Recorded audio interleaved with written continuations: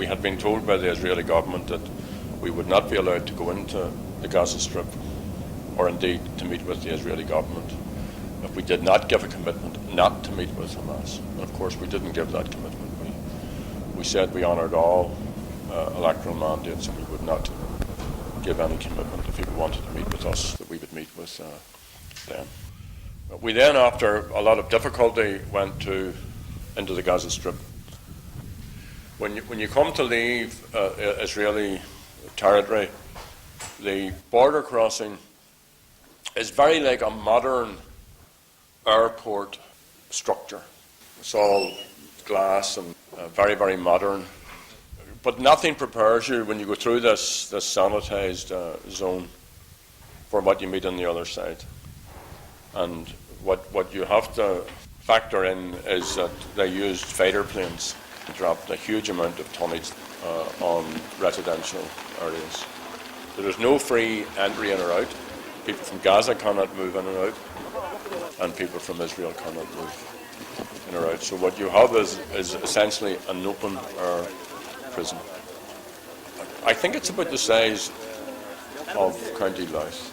I don't think it's any bigger than that. So if you can imagine County Louth just as a big long cache, that's what you're talking about. And we met private sector, we met bankers, we met factory owners, we met women's organisations, we met community activists, we met all the political parties, Fatah and Hamas included, and some of the smaller groups. We met a whole pile of Palestinian agencies. We also met in Gaza City itself, the city council. We met their assembly team. Their parliament building was bombed.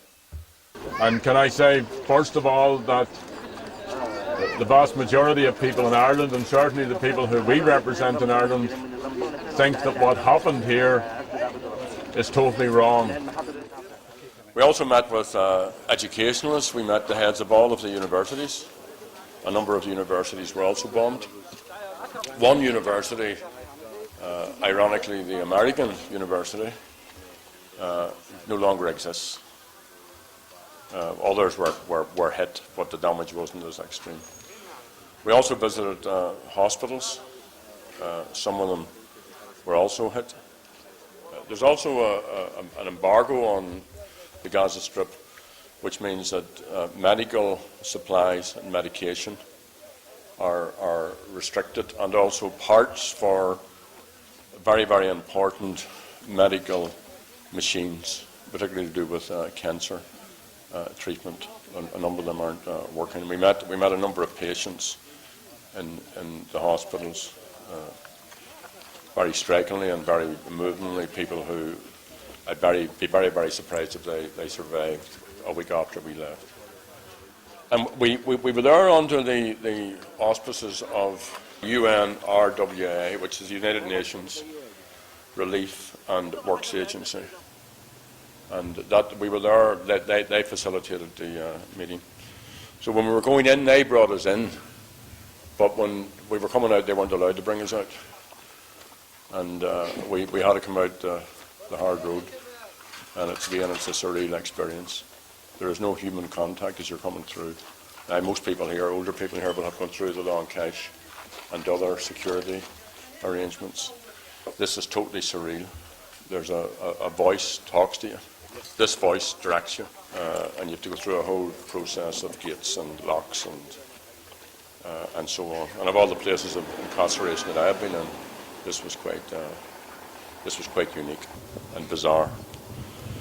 My notion of the visit, I had been there 2.5 years previously, is that the situation is worse now than it was 2.5 years ago. Gaza Strip was very, very prosperous. Gaza is a very, very intense agricultural area, and they actually export flowers and vegetables. All of that has stopped. The settlements, when you talk about settlements, you get, if you talk about settlements of people, you might have the notion of sort of some Wild West, assortment of prairie farmers coming together.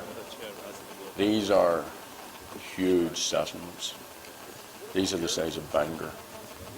These are huge 6, 7, 8-story buildings. These are modern buildings. Totally in contrast to the refugee camps. And the wall, the separation wall, also just cuts through. And what they have also done is that they have built roads from settlement to settlement, and Palestinians aren't allowed in those roads. So even farmers whose land the roads may go through are forbidden. And we were only there for 4 days, so it'd be an exaggeration to say that we have the pulse of opinion, but I mean, I can't stress how many people we met. My view overwhelmingly is that people want a settlement. They want things sorted out. And certainly the majority of the Israeli people that we met, and they are admittedly progressives,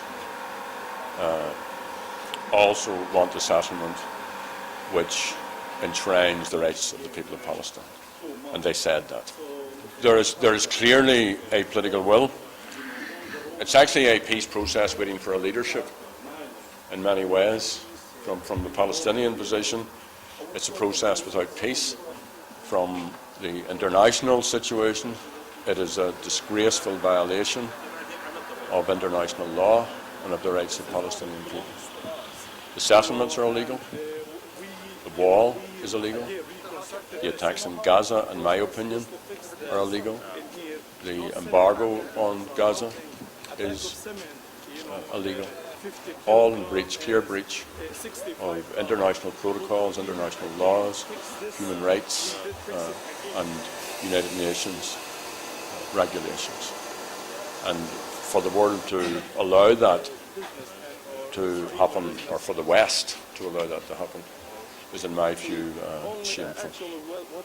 We told people that we met that we would produce a report and that we would give it to all of the governments in that region, and to the United Nations, and to the European Parliament, and to anybody else within the international field.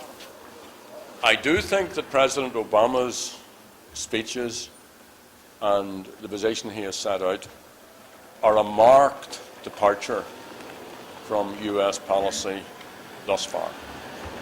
And I've also talked to Senator Mitchell. I welcome very much his appointment, and I've given him a copy of this report. I've talked to him a number of times, actually, since we came back. So I think that those are two pivotal people, because the biggest international player is the US administration. We make no bones about it. We're not enemies of the Israeli people. We clearly believe in a two-state settlement, but the Palestinian people have right to their own state.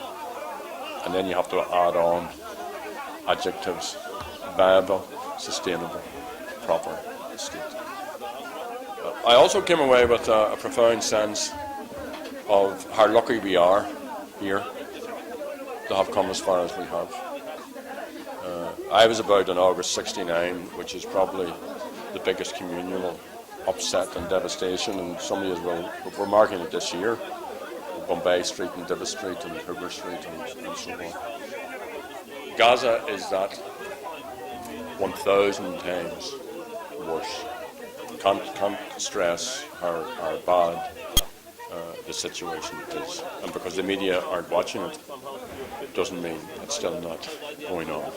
I would actively encourage people to involve yourself in solidarity activity, to shine a light on what's happening, and to use whatever influence that you may have to raise a profile on this issue. It is my certain view that there will be a fairly sizable effort to resolve matters in the upcoming period, and we cannot contemplate failure.